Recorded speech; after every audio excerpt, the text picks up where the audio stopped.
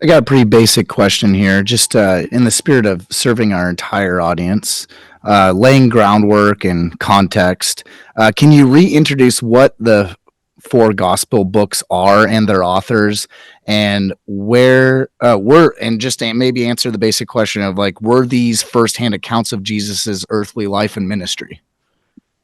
Well, the Gospels are traditionally attributed to Matthew, Mark, Luke, and John.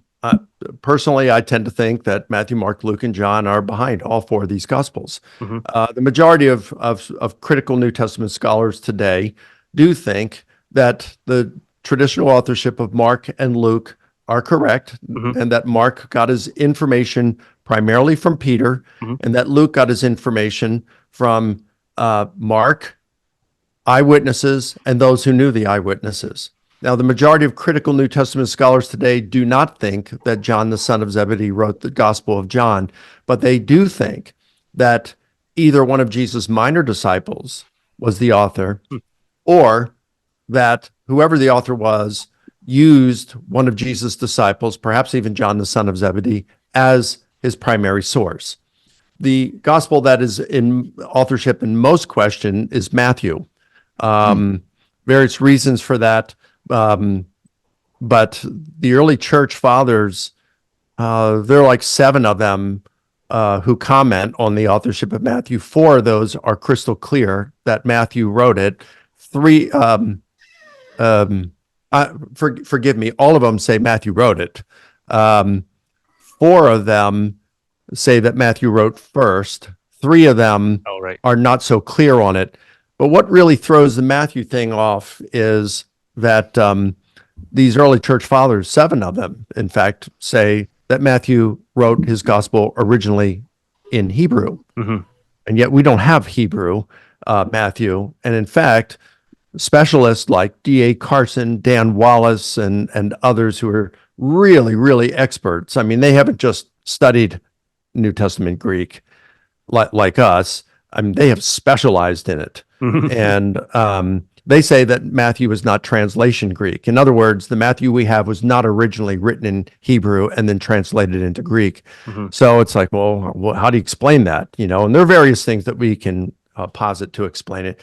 But yeah, so I do think that Matthew's behind that gospel. I do think that three of them, all except Luke, and perhaps even Luke, used an amanuensis, a secretary, to assist them.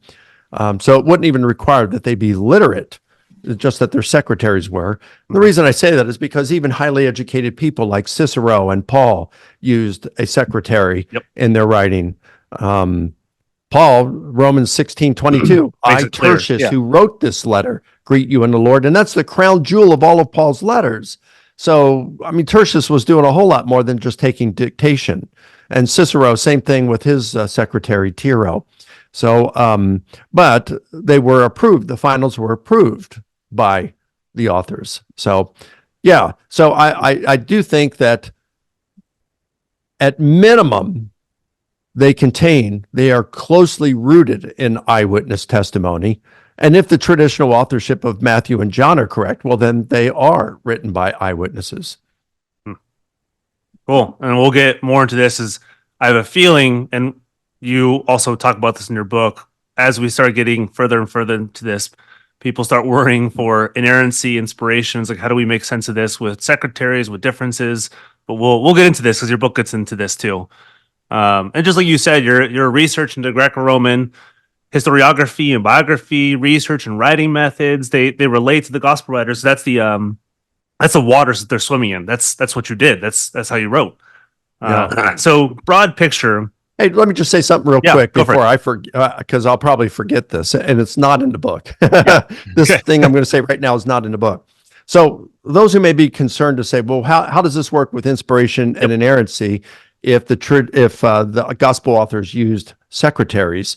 That shouldn't be a problem. I mean, when you look at the end of Genesis, it reports the death of Moses, right? You mean end of Deuteronomy?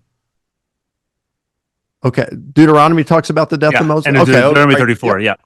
Sorry about that. So the end of Deuteronomy talks about the death of Moses. Well, the Pentateuch is traditionally attributed, the first 5 books of the Old Testament attributed to Moses. Well, Moses couldn't have written about his death and what happened afterward. We don't know who wrote that. So, you know, if we don't know the names of the secretaries who wrote Matthew, Mark, Luke, and John, and they're writing on behalf of them at the direction of these the authors, I just don't see a problem where that interferes with inspiration or inerrancy in any sense. Yep. Same here. Yeah. And same as you talked about with the epistles of Paul uses his secretary. He names his secretary in Romans and a few others like, oh, and this part I wrote in my hand. So if that's the case in Paul, we can see the same in much of these too.